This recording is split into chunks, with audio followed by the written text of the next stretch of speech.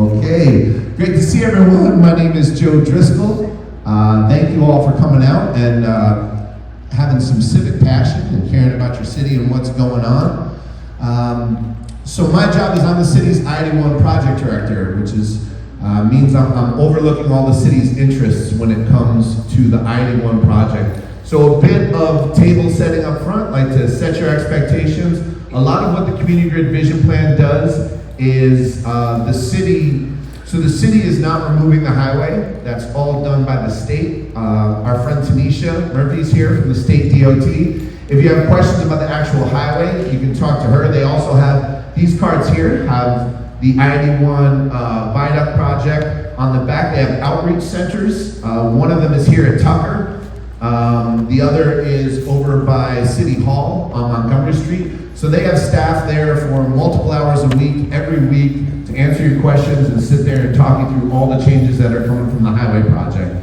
The other major change that's come into the city is the change in the housing, the SHA project. That is not tonight either. So those set in the place that a lot of the questions that are about those two projects are not what tonight is specifically about. Tonight is more about the city's plans and how the city is trying to adapt to those two things happening and create some social fabric and connection again in the city.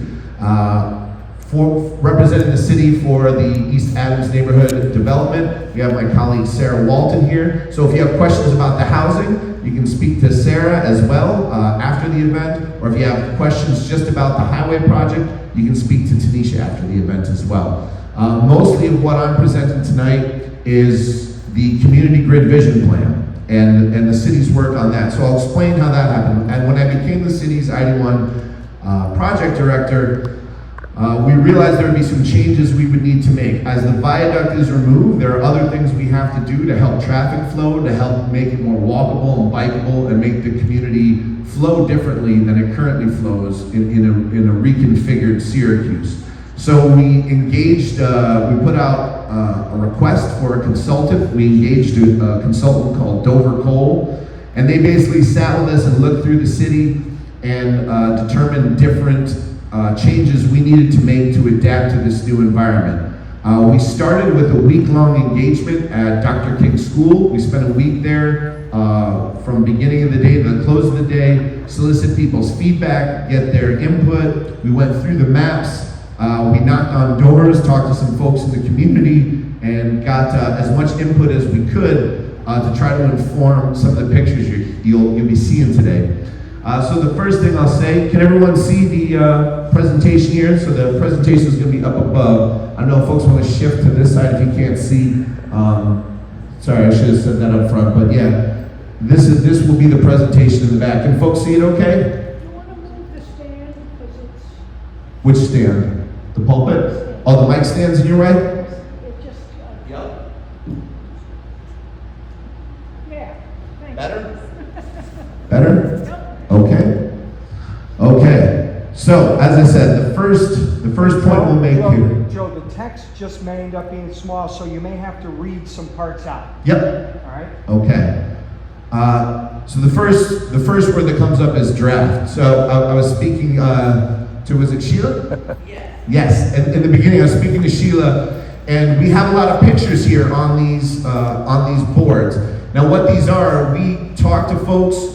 We got some ideas, and we tried to draw pictures to see what folks what excite folks and what folks say is a bad idea. So a lot of this is before we go ahead and start building stuff, we're trying to reach out to the community to say, what do you like, what don't you like, what do you think about, because we got the initial feedback, we tried to sketch up some of the ideas, see how folks respond, and tell us what you think. So this is a draft. We're still, none of these pictures that you're seeing are set in stone. All of this is still being developed.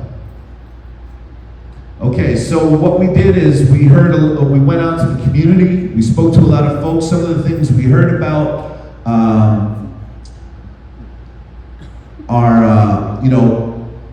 faster, more reliable public transit. So I'll say one major piece of this is that Centro is currently developing a BRT, which is called the Bus Rapid Transit System. It's about a $40 million investment. What that will do is, instead of needing a bus schedule and having to know when each bus comes, Centro is identifying some major corridors, and the bus will be coming every 5 to 10 minutes. So it will focus a lot more of their resources on major corridors so that the buses come more frequently and take you to important destinations. So that was one thing we heard in one way we're dealing with that. Walkability, bikeability, accessibility, more public spaces, more public parks. So these are some of the things that we heard from folks, some of the stuff we tried to address. And so in the plan, you will see a lot of new bus infrastructure. You will see a lot of new parks that we're trying to develop and implement. So up here, you can see, this is the future BRT route. Now, the reason I showed this early on is because a lot of this was when we identified key intersections or key points, the BRT is a big part of that. Other cities in America, yes ma'am? What is BRT? Yeah, it's bus rapid transit. So that's what I was talking about with Central. Basically, instead of having, spending an equal amount of resources on every bus route, they choose certain bus routes to really focus a lot of resources on, so that buses will come every 5 minutes or so. So, you know, you would have an easier, we all know when we take Central, it can take us like 2-3 hours to get to a location. This would be, 5-10 minutes. You get the bus, it comes down the major routes. This map up here is what the BRT routes will be, this new bus rapid transit system. This is the routes it would take. In red at the bottom, you see we focus heavily on South Salina, so the buses will be coming more frequently there. The white route there goes from Eastwood along James Street all the way to OCC. So those two bus systems will interact. You'll be able to get easier access to OCC. And then the blue route, covers the east side, the University Hill, and goes all the way up to Destiny and the north side of the Regional Transit Center, the bus station, and the train station. How far south is South Salina? I'm not sure exactly how far it goes. I'll find that out for you. I believe it goes the whole length of the city. Does anybody else know that? What's the question? How far does the South Salina, where does it stop? Yeah. Valley Plaza? Okay. As far south as Valley Plaza. Sorry, I should have known about that. Yes. Another thing the plan identifies is a lot of bike and pedestrian routes, so improving sidewalks, improving bike lanes, making sure that there are more connections between neighborhoods, within neighborhoods, so that it's safer. In 2023, the mayor also made a commitment to a Vision Zero plan, which means designing the city in such a way that people are not hit on bicycles or hit when they're walking, so making it safe for pedestrians to live in Syracuse. So that's not only in this plan, but this is a citywide effort. As we redesign streets, as we plan for the future, we are planning to make sure that people can walk from neighborhood to neighborhood and bike from neighborhood to neighborhood safely with sidewalks, with pedestrian infrastructure to make sure that it's a safer city. So a big part of this plan is identifying roads that we should be focused on putting more bike and pedestrian infrastructure in. Okay, so here's a first example of a community grid priority street. This here is Adams Street, as we all know. To the right is the SHA properties, McKinney and Pioneer and Central. To the left is a building by Upstate. You can see there labeled in the middle is McBride. So this is the current configuration. This is the current figure of Adams Street, right there. The Adams we all know. Here's what the vision plan sets for the future. So you see with the viaduct gone, you have an opportunity to rebuild and redesign this area. So what makes the difference from the old Adams to the new Adams? One, as you see to the side, those would be dedicated bus lanes to make sure the buses could go through faster and more expeditiously. Increasing the tree canopy, preserving trees, making sure that there's trees on both sides of the street. Making extra wide pedestrian crossings, making sure they're safe and they're lined and bring attention. And then in green there is dedicated bike lanes. Another thing we focused on in the plan was matching the zoning. So in the future, the current footprint of Pioneer and McKinney the East Adams neighborhood, is going to be zoned MX2. And what that means is that no buildings can be higher than 4 stories. So the city has zoned it so that you can't have 12-story buildings in that current footprint. So in this plan, we've also stated that on the other side of the street on Adams, you should start at MX2 and then zone up accordingly so that it feels like there's a common feel between the west and east side of Adams Street. So that there's cohesion there, it feels like one neighborhood, and you don't have it jump from 4 stories to 12 stories. In this plan, there's a suggestion to push McBride Street through. Now currently there's a building held there by Upstate, so I should make clear, like a lot of the suggestions are multi-year suggestions. These could be 5-year, 10-year suggestions. Some of them will be implemented in the next few years. For example, one of the major ones is changing Adams from a one-way to a two-way street. That will definitely be happening in the next 5 to 10 years. That's a part of the project. So as this changes from a one-way to a two-way, extending McBride and trying to focus on strategies to include a wide variety of different types of housing units, different numbers of bedrooms, and different levels of affordability are priorities for us. And then reducing the number of lanes and the width of the lanes to make sure traffic goes slower as it's passed in the neighborhood. Okay, here's another connection. You guys may recognize this. This is Washington Street between Foreman and University. Washington Street used to push through, but then it was developed. Upstate purchased the land. It's currently a staging lot for their construction. Folks may recognize this, Washington Street. Here's the current footprint, and here's what we've envisioned in the vision plan. So from that Washington, where it dead ends, to pushing Washington through. You can see there in the middle, that's Washington as it's reconnected to the city. So what are the features that we're focused on here?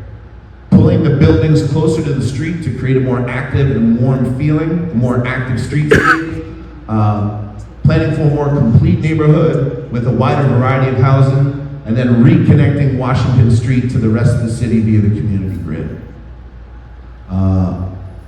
Another suggestion there is to use the left side of that vacant lot currently to create some new park space. So create a new park there. Where you see that Mocha cart now, the plan recommends creating some new public park spaces. This is another area that we focused on in the vision plan. This is Welch Terrace. For those that may be familiar, the building next to it is 1010 East Washington Street. It was a house that was built for the first mayor of Syracuse, old historical house.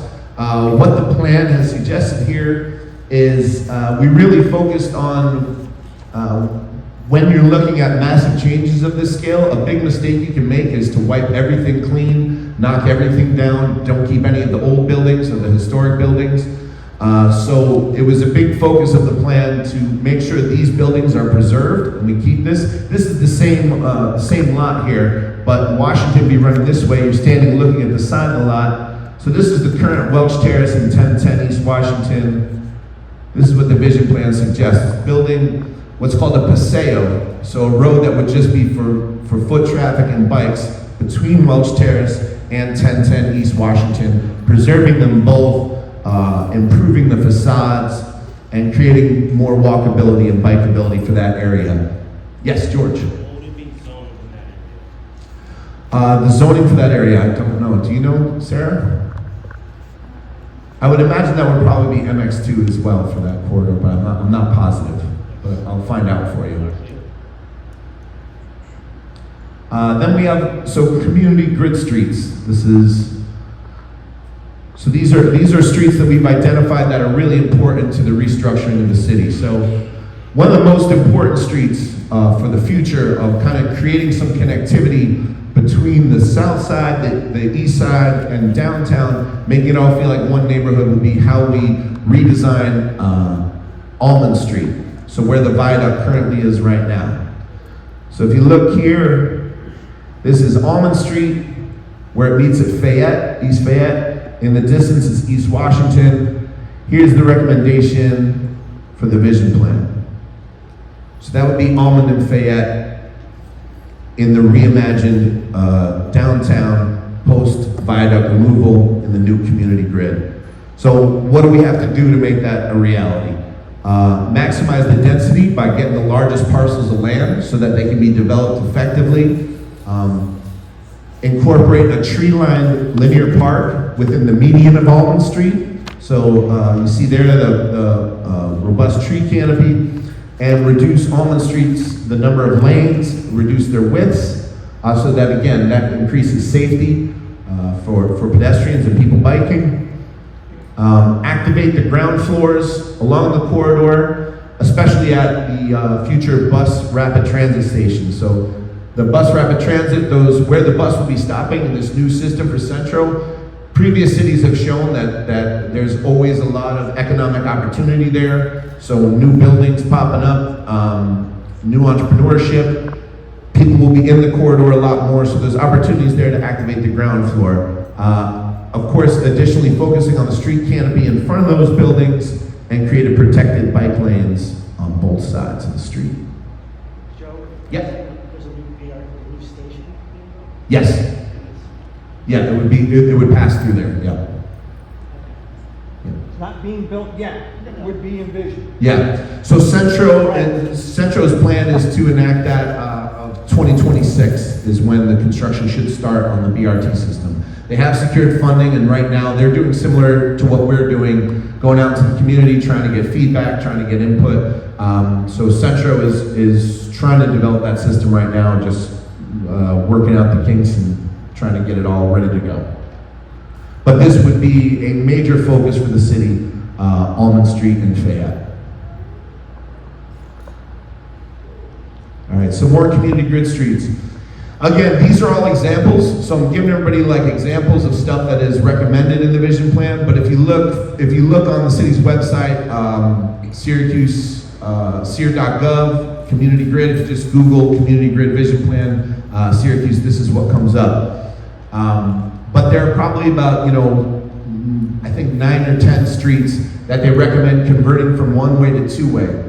So a lot of the streets downtown that are one-way were designed that way so that you could drive high speed onto the viaduct. Their design is kind of de facto ramps to get to the highway. Well, in the future, with the viaduct coming down, traffic will be flowing differently. We want to create some new character in downtown. So one way to do that, to create that new character, is to convert one-way streets to two-way streets.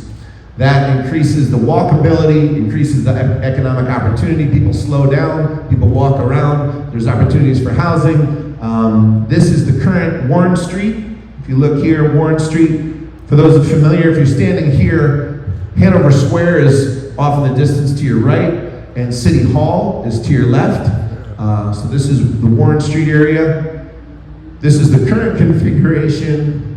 The vision plan would look like this, and that would involve converting Warren from a one-way to a two-way. So the ways we get from the current configuration to the new configuration, including more street trees, widening those sidewalks, again, infill development. A lot of that is surface parking lot, which is not the best use of some of the land, especially in a downtown corridor. An important thing to note is in Syracuse right now, most of the land adjacent to the viaducts, both 81 and 690, are valued at 1/10 the average of the rest of the property in the city of Syracuse. So what should be some of our most valuable land is currently our least valuable land. So in the future, it will become some of the most valuable land. And so we have to be prepared for that in planning, although some of this may be 3 years down the road, 6 years down the road, 8 years down the road. So the way we can do that, plan on street trees, wider sidewalks, infill development, get some of those surface level parking lots activated with new buildings, realigning these streets, and maximize the potential by getting the newly developable land that will be created when the viaduct comes down, with creating more density. Incentivizing developers to create more community benefits with affordable housing. There's a number of strategies we're working on, my colleague Sarah and I, to try to figure out how we incentivize that kind of development and converting converting Warren Street from a one-way to a two-way. Okay, another big important thing that we have identified in the Community Grid Vision Plan is neighborhood connection streets. These are streets that go through multiple neighborhoods, and so we really need to focus on making sure those are arteries for people to walk, for people to bike, and for people to drive, and making sure that they're driving safe at a reasonable speed. This is a conceptual building massing. So one of the things that we've realized throughout the process is that if we get the development right with some of these things, there's 100 acres of underutilized land within downtown. Like I talked about, the land that's undervalued near I-690 and near I-81. There's a lot of service level parking lots. There's a lot of vacant parcels. So if we can get the development right in those crucial corridors, it's a strong belief that we could potentially activate 100 more acres of downtown property that is currently underutilized. Yes, ma'am, in the back. Is this about people, or is this about dollars and cents? What's best, what's cheaper? It seems to me that all of this development, I understand, is progress, and we have to move along with progress and change. But some of these streets and the viaducts and the main arteries, you're circling them right through the most congested neighborhoods there are, where people live. You need to reconsider. It's about people. It's not about dollars and cents and how much money you can save. It's not about SU and the property you have. It's not about upstate hospital and what their needs are. It's about the people, the taxpaying citizens that live in this neighborhood. I'm a taxpaying citizen. We're all not underprivileged. We're all not poor. We're all not ignorant. You understand this very well. You're rerouting all of the traffic to some of the main inner city neighborhoods where there's children. And I'm going to tell you something. If you do this, any of you developers, if you go along with this plan and do this, the blood of the people will be on your hands for illness, sicknesses, deaths, emphysema, lung diseases. That's going to be on your hands, the blood of the people. You make these decisions. We need to know about these decisions. We need to have a vote and have a say in our neighborhoods. And it seems like you're doing these changes, you're telling us about it, but we don't have a say. You need to set up some type of system, and if you're gonna do this and reroute traffic through neighborhoods like the McBride Street, you're talking about going through King's School, that's a school. Those are children. The inner city is low income people. But see, I tell you, when suburbanites, the suburban people buy houses in the suburb, they don't just buy a home, they buy a school district. What's a better school district? And now you're trying to reroute traffic and all this through one of the major schools in the inner city. That is not right. And I'm just telling you, I may be dead and gone, I might not be here when these changes happen, but the blood of the people is on your hands. So you all better get ready as decision makers. Thank you, ma'am. I appreciate that. And I want you to know I do take it seriously. So, in a couple of responses, the push through of McBride through the back of MLK School, that is not written in stone. We are showing it to the community right now so we can hear you say that. If we hear from the community that folks say they don't want McBride to become a push through, you know, that's not written in stone as of yet. And also, you're talking about maybe another chance opening up East Rainer Ave through Central Village. Yes. Oh, 25 years ago, it used to be an open artery. They closed it because of the significant traffic that was coming through. Now you're reconsidering opening it again. Yeah. That's not gonna work for the people that's in that neighborhood. There's too many children in that neighborhood. Yeah. It's the housing development. We have to start, you all have to start doing and planning what's best for the people. And that's what's best for upstate, like I said, upstate and SU. Because it seems like all of this planning is for around them to bring in more people. You're not talking about housing, you're displacing a lot of people. You keep talking about, I'm just gonna tell you, you keep talking about low income. I know for a fact, by the federal government, when you build housing for people, you only have to have so many units to be considered low income. So a lot of people are gonna be displaced that lives in Pioneer Homes in the Adams Street, that lives in McKinney Manor. And they're talking about bringing them back for a lottery system. It shouldn't be a lottery system. They should get first pick when you rebuild these apartments, not by a lottery system. They were there, that was their home, and they should get first pick. And I know that only a certain percentage of those apartments that you're building will be deemed as low income, and the rest of the people will be out in the streets. Well, I would say, and again, I'm hearing you. I don't know, Sarah, if you want to chime in on any of that, but I would say what is in our purview as the city, my purview, working on this project is not the housing in particular. That's SHA. They're running that whole project. That's SHA. So I don't really have any sway or ability to control that project. But even though you're saying like the Fayette, Washington area, you're gonna bring in businesses, so it could be conducive to the way the street looks and more walking and more bike trails. But I haven't heard you say very little about housing for the low income. Yeah, I think I tried to table set at the beginning because it's really a challenge to do this work when the highway removal project is being run by the state DOT. The housing project is being run by SHA and the federal government. So we as the city, this is our house, but we're not really in control of those projects to an extent. Yes, the streets we have more of a control over than those other aspects. So I don't want to, answer for other people's work in that respect. But one thing I would say that you mentioned was the asthma and the heart disease.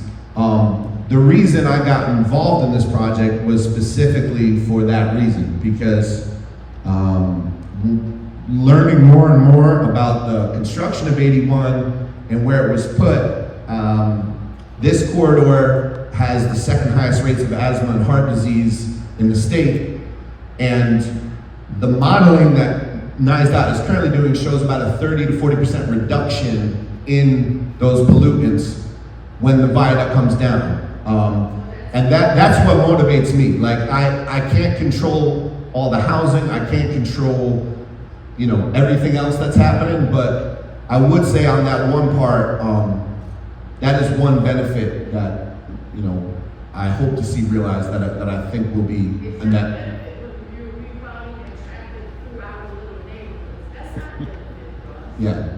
It is not, absolutely it is not. Well, I don't think it's, and I don't know, Tanisha, if you can speak, if you want to speak to anything, but I don't want to speak for other people, but it's definitely, from Colvin to Burt, there won't be any access to the neighborhood. Still, any further access than there is currently. The first exchange will be at Burt, correct, Tanisha? Right, but I think what she's talking about is the streets that, what we're doing with our project has Right. nothing to do with the inner city streets of Syracuse. Okay. And so where our footprint is just gonna be towards the east of where the viaduct is now, more towards the east. So on closer to the SU side where the business will be in the future.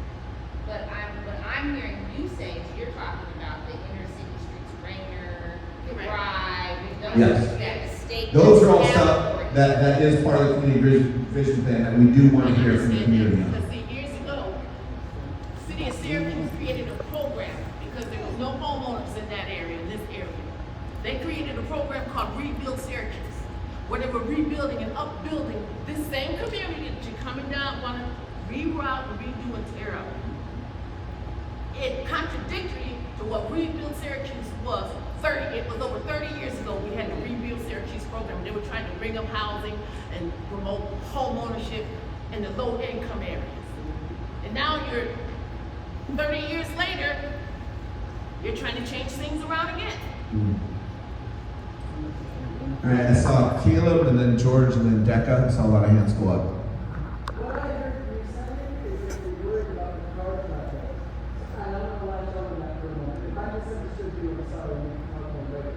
But I'm wondering if the concern is that we're not focusing enough on the people and that there's all these concerns with car traffic, there are other cities that have shown by having designated car-free blocks where there's no cars allowed, so that it is really a walkable neighborhood, right? To have a place where it's like, yes, if you live in this neighborhood, there's a place to park your cars. But in the heart of the neighborhood, you're not going to have cars zooming through, because it's just the people that live there. And I would want to know if we're as concerned about walkable communities and people's safety and people's homes and eventually climate sustainability as well. What I wonder is, instead of thinking about these connecting streets as what do we make two-way, what do we make go all the way through, what do we cut off? Why isn't there also the option on the table of these become car-free streets? Because those neighborhoods shouldn't have any cars slamming through them, causing those concerns. Instead, we can say the cars stop a few blocks away, and that way we can have streets that feel more like people's homes and neighborhoods. Are there any plans for removing cars completely? Nothing in this is, nothing in the community division plan recommends creating well, beyond what we saw on Washington Street. That would be a creation of paseos that would just be for foot and bike traffic. But there is no talk of converting areas to car-free areas. But, I mean, that's for discussion. And again, like, that's why I said, the beginning frame was saying draft. Like, we have printed cards, physical cards you can fill out here, tell us exactly what you think. And it's not like we get 4,000 of them and they get thrown in the trash. We get a few of them, we take them seriously. Everybody here's opinion is factored into the planning that we're trying to do now. None of this is written in stone. We are trying to figure out how to do this the best way possible in respect of what everybody wants. But, a lot of people have different opinions, but we're here to hear them. George? I just have a question based on what she was asking. She made some valid points. Obviously, the state is here. That's a great thing. But how much are you guys able to work in tandem together as you make this plan? That might be the thing that. So if not everybody can hear, I'll try to repeat all the questions. Let me know if I'm not repeating them loud enough for all y'all. So what George just said was, it's great that DOT is here, and it's great that Sarah is here representing the city on the housing. But how often are you guys working in tandem and breaking down silos? That is something we've definitely heard as we first start this mission. And so we are currently planning a summit October 19th at Wilson Park that would have DOT, SHA, the city, everybody there, so you could ask all the questions. Because one of the biggest challenges with me presenting this grid plan is people have questions about the housing, people have questions about the road, and that's really not in the purview of what I've been working on. So I don't feel comfortable answering all those questions for other entities.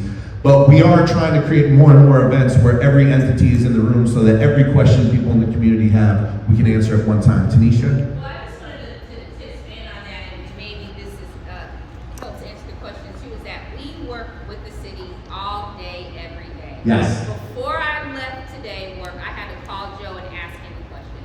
I'm on meetings with Sarah, twice a month, definitely once a month. So we all do work together in terms of trying to help each other's project where we can. We have our own project. The city will come in and say, hey, can you do this, and give us suggestions on something that we're doing, and we really feel our communities want this. So we do work together. It's not just like the state's doing this and we're not getting the city's input. We have meetings constantly. Very much. Because it's their infrastructure too that we're working with. So We check in. I'm definitely talking to DOT at least a couple times a week, usually daily. So we are trying to coordinate as much as possible. But to that point about public facing, we're trying to do more of that as a unit rather than just coming out, just DOT coming out, just SHA coming out together so that we can answer all questions in one position. There are 5 acres of new land, surplus land, that will be created behind MLK School. And that was, I have about 3 or 4 slides left in the presentation, and most of those are about that topic. DECA works with NICLU. NICLU has been advocating to use those 5 acres to create a community land trust so that the community could decide how those 5 acres newly created in the area should be developed. Currently, the land is state property, still belongs to DOT. The city has submitted formal requests that we should be the entity to lead any development that happens. NISDOT has committed to creating a land use working group to decide how the decision should be made. That group hasn't begun to meet yet, but when it will, I would imagine NICU and other representatives from the community will be at the table. And again, if you'd like to know more about that, please give us your comments. Let us know if you'd be interested in being a participant, and staying engaged in this conversation. But currently it's still TBD. There's no decisions have been made about exactly what's going to happen with the 5 acres behind MLK. In the current NISDOT drawings, most of it is used as green spaces, park spaces, and bike paths that would run alongside and connect back up at Van Buren so that people could walk and bike to downtown and to the university neighborhood if they work up in there. So I do want to clarify, I think that it's about 18 to 21 acres of land that is actually going to be owned, but the community was only asking for a portion that's 4 to 5 acres. And I think, just the last thing I just, I'll just shut up, I gotta do this because my job, so I'm taking personal. I'm taking personal. But I think, this date, and actually, this should not be a surprise. We came to this little center in December with over 800 petitions and said to this date, they should not turn the land over to y'all unless you are going to agree to that community demand. So as you're saying, everybody's sharing, people are making plans, the community has actually given their input. They've said some of the things that they wanted. So that's one of them, and I actually think if y'all agree to that, maybe the community will come out and support you and say, you should get the land. Potentially, I don't know, I can't speak for everybody. Yeah. That's my 2 cents. Yeah, was everybody able to hear that? So she basically, DECA basically said that NICU presented 800 signatures saying that it should be led by the community. I don't want to speak for every member of the administration, but I believe we're very open to that conversation. What the city wants to see is this land developed in a way that feels good to the folks who live adjacent to it, and that it feels like it's hitting the goals of what people that live next to it want to see. That's our only real goal in our dog in the fight, is just making sure that folks who live next to it feel like it was done right when it's over. That's our real only commitment. If we can work with NICU to make that happen, NISDOT, I see Tanisha stand up. Do you have some? Yeah, get in there. No, and I just want to thank NISDOT for coming out to all of our meetings. They've come to every single meeting the city has had, and I appreciate them coming up and being a part. And just to answer your question from NISDOT's standpoint, that is, we own the land, we have the land, we can't do anything with the land until the project is completely finished. And we'll own it until then, until 2028, when the viaduct is down, everything is in place. At that point is when we can say what we're gonna do with the land. But in the meantime, in between time, we have committed to working with stakeholders like the city of Syracuse, NICU, the community itself, into forming a land use working group to see what the community wants to do with the land when it is finished. We have not had any private meetings with the city. We have not had any private meetings with NICU. We couldn't even talk about it for a while because we were under a lawsuit. Yeah. And so the lawsuit was lifted back in February of this year, and then we started working as a team to come up with the land use working group and when we could meet and where we could meet. So we're in the planning process of that now, but nothing has been committed to either entity. We have your formal request, we have your comments, and that's where it is at this point. Yeah, so the NISDOT team has just begun those conversations because the lawsuit that was pending, trying to prevent construction from moving forward with 81, prevented them from really interacting on in a transparent manner because they technically weren't legally allowed to say they were creating surplus land because the project didn't have the legal permission to move forward. So now that it has the permission to move forward, they will designate it surplus once the construction is done. But yes, so to DECA's other point, there is 18 acres overall projected that will be created. 5 of those, and probably the largest parcel, is the land we are about to look at behind MLK. And again, these are drawings that we worked on with our consultant Dover Cole, the city developed in response to things that we heard. People said they wanted to see housing there, single-family homes, 2-family homes, accessory dwelling These are things that we heard. We also heard parks, green spaces. So again, we're giving out the cards to collect your feedback. If these images resonate with you, you think they look great. If you don't think the parking lot behind MLK should be converted into a street, tell us that. If you think it shouldn't be, nothing is written in stone. This is all plans that we are bringing to you guys to get your sentiments and let us know what you think. So this is the current configuration of MLK School. For everyone who can see there, McBride Street runs into the parking lot. There's the corner of Lehigh. Green spaces on the left side over by Oakwood Ave. And then this is the first drawing scenario, what we call scenario 1. So if you look, I'll go back. See where the highway is currently? There's that little strip of green. That's where the 5 acres are going to be, between the parking lot and the road in the future, because the road is going to move further to the right over there. So it's going to come down, and again, this is stuff you can all get from the NISDOT presentation, but as you drive now and you look down at the entrance to Oakwood, that's where the road will be in the future. It will be level with that entrance of Oakwood. The grade is going to change, so it's not going to be up here, it's going to be down here. We'll drop about 5-6 feet, so the whole road will be lower, and it will move over so that there's more space between MLK and the road. So that green space there is what is open for potential development, whatever the community thinks it should be. Yes, ma'am. So, my first question, I used to teach at Dr. King, and that parking lot's not that big. I'm not a big fan of parking lots, I ride my bike, I rode my bike then, but where are these people supposed to park their cars? That was another question, that was another comment brought to us. I mean, I believe the concept would be to find other, other adjacent locations, maybe along the side there, to the other, Adjacent locations. But why do teachers don't deserve to be able to park behind their school? And also, not another, this community literally pushed that hard to get y'all to move, not y'all, DOT.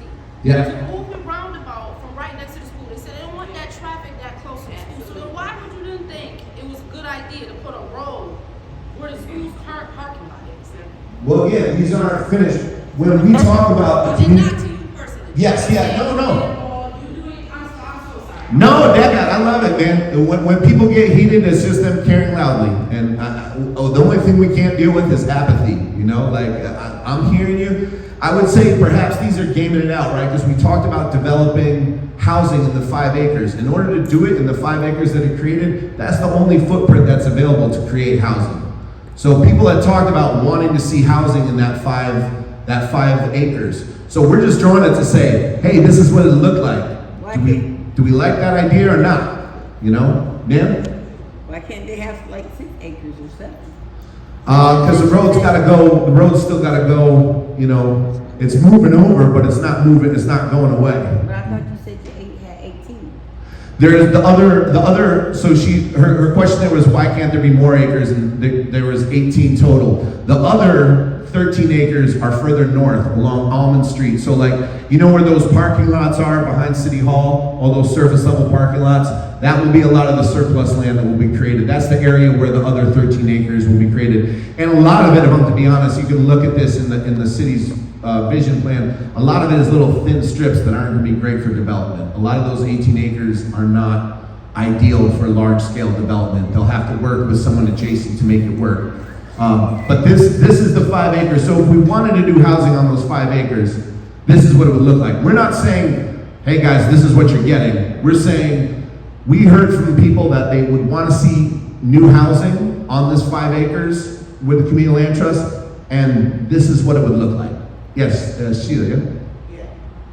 So, how many houses will be on that 5 acres? How close are the houses gonna be together? And how much land is gonna be given to each house? Yeah, so the design that our developers our consultant came up with, that would be about 10, 12 houses, and about 8 of them would be row house styles. So they would be homes, not apartments, but kind of more smaller urban homes but more for home ownership, because another thing we heard was people don't want just more apartments, they want to bring back some single and two family houses, create some home ownership. So there would be, if you see there, I wish I had a clicker, but if you look towards the Oakwood side, there's a couple of big buildings there. The far side, on the corner of Leon, that could be, there's some larger houses there that could be community center, larger scale housing. And then as you go up along, that strip in the middle is about, I think, 8 to 10 row houses that would be smaller, 1 to 2 family houses. Okay, but right here on McBride, Mm-hmm. where you want to go, what is it? Push through? Mm-hmm.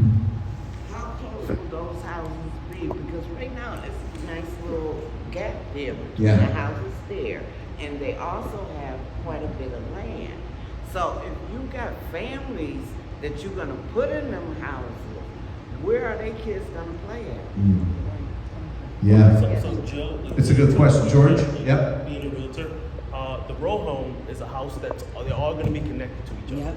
So to answer your direct question, like they're literally gonna be like all like one So house, they- next structure, there's nothing between them, they're all together. Does that answer your question in regards to how close they'll be? They'll all be Okay, connected. I understand that. I don't think that that would be a good idea because people want their own homes, their space. They don't want to live next door to somebody crunched up. You just left out of that. Okay? You just left out of that and you're putting them right back in there. Then, like I said, what about how much space is there for them kids to play at? They got to go across the street to play at the park. Why can't they play in their backyard?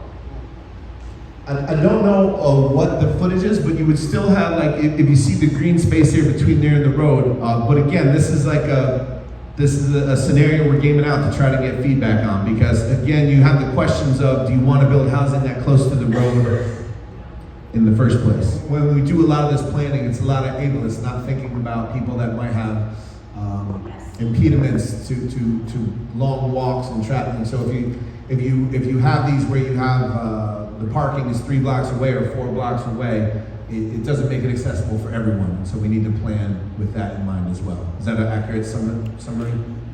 And please, I hope you all submit all this in writing, because we do actually take every written word we get and try to implement it into the plan. So you guys coming out today isn't meaningless. It means a lot to us, and we want to hear from you. And whatever that is, whatever it is, we want to hear you. Yes, you and then you. So another perspective on the ableism, and that is, as I was riding my bike here today, I went past a gentleman who was riding on the street because he couldn't ride on the sidewalk in his motorized wheelchair. And I see that all of the time. Yeah. And so the better bike lanes we have, and I use bikes in quotes because it's not just bikes, it's people who roll in other ways Yes. as well, that they help a lot of people. So, Yeah. so that's, there's ableism, and then there's, other people who are disabled in other ways, but are able to get around without a car, and in fact have to get around without a car. Yep. So the comment there, for those that couldn't hear, was that coming here today, she was riding her bike, but saw a gentleman who was in an automated wheelchair, but had to take it to the street because the sidewalk is not accommodating and there's no bike lanes. So I think that's, how to say it. A lot of people. I was talking to some of the gentlemen at the last open house we did about how I've definitely got a lot of people cynical of bike lanes, but when you have them, you see how much they provide and how much safety they can provide for a community, and they are, from my perspective, great value. Gentleman there. So, two semi-related comments. Ma'am earlier said, don't connect the streets that are broken up, and I think that we shouldn't do that. Those blocked off streets both let people in and out of their home areas.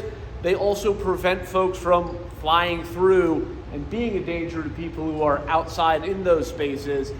And I came down here on a bicycle, Mine's electric, so I can get faster than driving on a regular basis. And, a bicycle still can get through there. You don't want to be whipping through at 20 on your e-bike, but, I stick with the cars. As for more housing for everybody, different folks want different things. I grew up down in New York City. I hate mowing my lawn. I would be quite happy to have a townhouse, and among the perks there, when you've got the buildings are there, you have space in front and behind for kids to go play, and they'll end up sharing the lawns of several buildings. But I like the MX-5, and I think we should MX-5 basically the entire city, so you can have your corner stores, but MX-5 is a much more flexible zoning than MX-4. You only have to have a 30-story building, whereas MX-4 is 3 to 8 stories. It has to fit in that group. So this building would fit in MX-5. It's at least 30 feet high. So that leaves space for, hey, we're going to build a 3-story house here, a triplex, a big duplex, and in 80 years when things are building up, now we're going to take 5 of these parcels and build another apartment building. Thank you. Yeah, so for those that are unfamiliar with what he's referring to there, he was talking about MX2 versus MX4 and 5. Those are different zoning codes letting you know how tall a building can be. And so a lot of what we're zoning for what they're calling the East Adams neighborhood for the SHA area would be MX2, 4 stories maximum. But MX5 is basically unrestricted, which you were saying is a nice feature. But everybody has their preference, like Goldilocks. Okay, so if we're cool, I'll go back to what a housing scenario might look like behind MLK. This is scenario 1. You would have to, in order to make this work, in order to build those row houses in the 5 acres that would be created, you would have to renovate the eastern facade of the school. That's currently the lunchroom and where the dumpsters are taken out. If your front window was facing that, it wouldn't be the ideal location for that. So you'd have to reconfigure some of the school to put the back of the house in a different area than right there. Again, in order to increase the accessibility of the street, you would have to extend McBride through the current parking lot. A heavy focus, obviously, on affordability and home ownership, preserving the existing tree canopy. A big focus of the consultant was making sure we keep that tree canopy there to create some buffer between the community and the new configuration of Business Loop 81, and then the potential in this plan for neighborhood scale commercial, so maybe some small businesses on the corner of Leon and MLK, perhaps a restaurant, and some community spaces to do events like birthday parties, weddings, stuff like that. So this is scenario 2. If you look here now, the difference between scenario 1, you see here, is the land closest to Oakwood Street. So the green space currently on the side of the school, this would be another scenario to create more of the row housing and infill housing on the other side of MLK School. That would be further infill, incorporate the missing middle housing, so focus on some duplexes, triplexes, and what's called the accessory dwelling units. Having kind of like a opportunity for wealth generation, that you could rent out part of the house as another rental. And redesigning MLK as a safer and slower complete street with dedicated bike lanes. So again, these are 2 possible housing scenarios that you could use with the excess land that's in the corridor. I have a flash drive with more of this, but another scenario that's possible, these features are hard to see on a small scale, but we can get this to you guys all, but is turning that whole 5 acres into a green space, a park space. There's some drawings of stuff similar to like the Thornton Park Amphitheater with a tiered different elevations, so you can have places to sit, relax. Over there in the gray would be like a cafe restaurant type area that you could develop in that corridor. So again, none of these are written in stone. These aren't our plans that we're telling you that we're going to do. These are possible scenarios that we could look at, that we could think about. What do you think those 5 acres between MLK and the new business loop 81 should be? And that's what we're here to get. Yes, ma'am, in the back. I know you're talking about businesses, coffee shops, and this and that. You all know, this is a low income area. How many people do you think in this neighborhood are gonna be able to afford to go to a coffee shop and take a cup of coffee? You're more green space, you're building more green space, you're building this. So you're building in more parks, for what? More parks for what? For more homeless people to sleep in? Because we got a displacement of homeless people right now that's all over the city.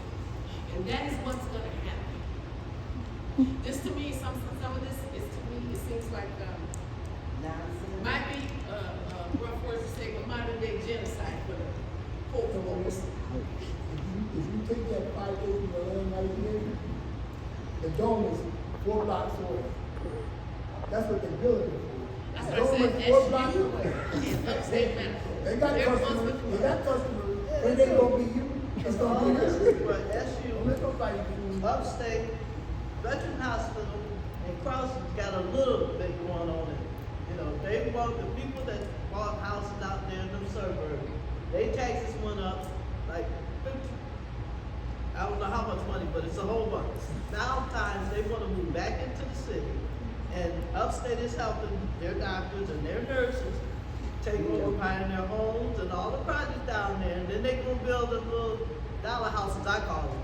They go up in like 3 days, and then they're gonna make all these bike lanes so they can ride from our projects to their couch, where they getting paid $100,000 a month. Almost, you might as well They say. put the canoe in Earth Harbor, you know the neighborhood was changing. The neighborhood changing. I can sit on calling Steers one time, you never see a white person, never. But now you see them, they go to work, they be out there at 10 o'clock at night, they ain't afraid of that. But what you did was, when you changed it to 15th Ward, you made it access that where, if you wanted to go in the dorm, you had to go through a back window. You had no other choice, you had to go through it. The reality, if you want to make money, I always say, make the money, because you can enjoy life and live better. Just like you still say about the black people, I mean, that people behind them, black people, are making $80 an hour. But the black person ain't making that. That ain't gonna push you out the suburb. You sit there and look at the houses and say like this, I wonder why the kids can't keep the house. Because they don't have a job to pay taxes, water bill, and maintain it. That's why they lose their house. All them houses that people have down here on the south side, they lose them because they can't afford to pay the tax. It's not because they give them away or anything. Well, all I can say to that is that, you know, I'm just a guy with a Dixie cup trying to catch a river. I'm trying to do everything we can here, you know? There's only so much you can do. George. The row houses by Dr. King, how did you guys get to that decision? And obviously it's not in stone, but would you guys consider any other style of housing for that? Yeah, so the question was, why did the consultant come up with, in collaboration with the city, with a row houses design, and would we consider any other design? The answer is, basically, it's a very, if you want to look again, it's just a very limited space. 5 acres sounds like a lot, but if you go any further, if you make the house any bigger, you're reducing the buffer, the tree buffer between the road and the housing. So I mean, I think a big concern for us when we were trying to say, okay, we're hearing from folks that they would like to see some home ownership, new housing, quality housing built in there. Row homes were what would fit there and would be attainable and wouldn't just be perpetuating building more apartments that would be similar to what's already there.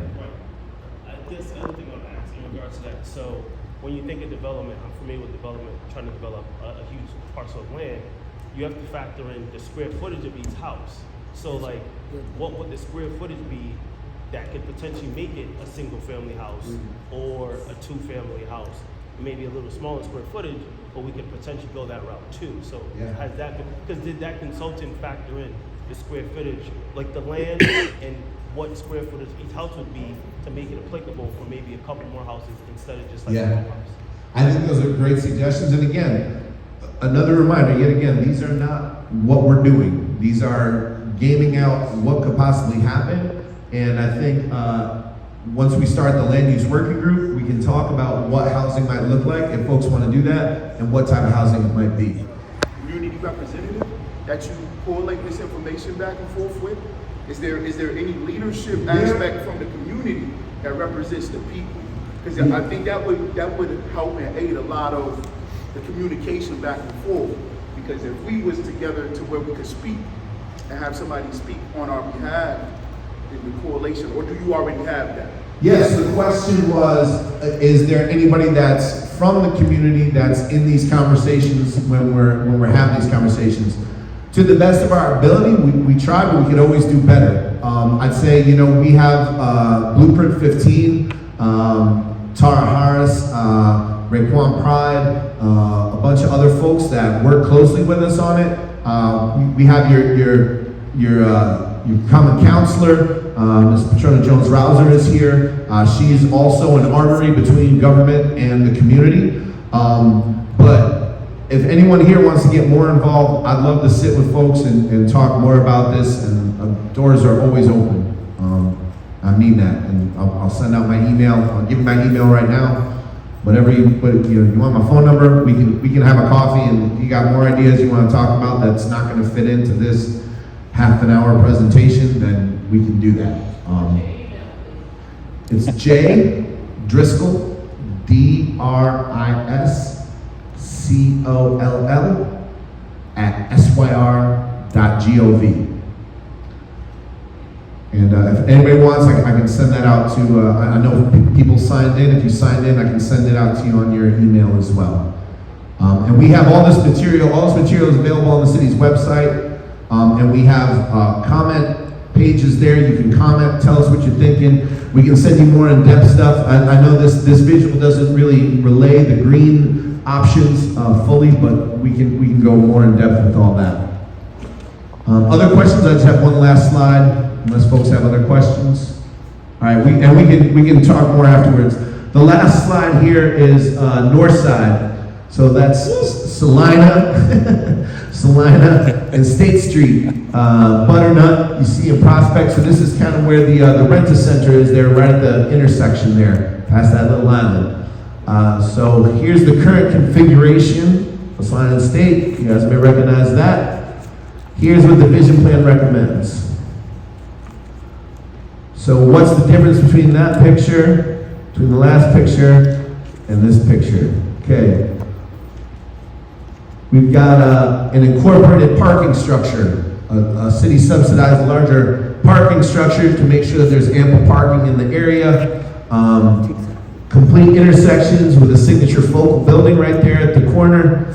Protected bike lane infrastructure again on Butternut. Some of that is already being developed.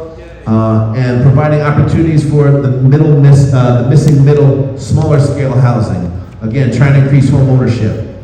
All right, so that is the presentation. Again, if you have questions now, we'll stick around for a while afterwards. We can talk as much as you'd like, and I'll provide my contact information. I have the engagement sheets from DOT here. If you want to stop by, DOT has outreach center here at Tucker. They're here a couple of days a week. You can sit and talk with them about the highway all day. You can tell your friends, everyone can come in, tell the state DOT everything they're thinking about the project. And I will be available for any further discussions folks want to have. I thank you guys for coming out. Thank you for your civic engagement, and I hope that we can stay in touch as the project develops. Thank you, everyone.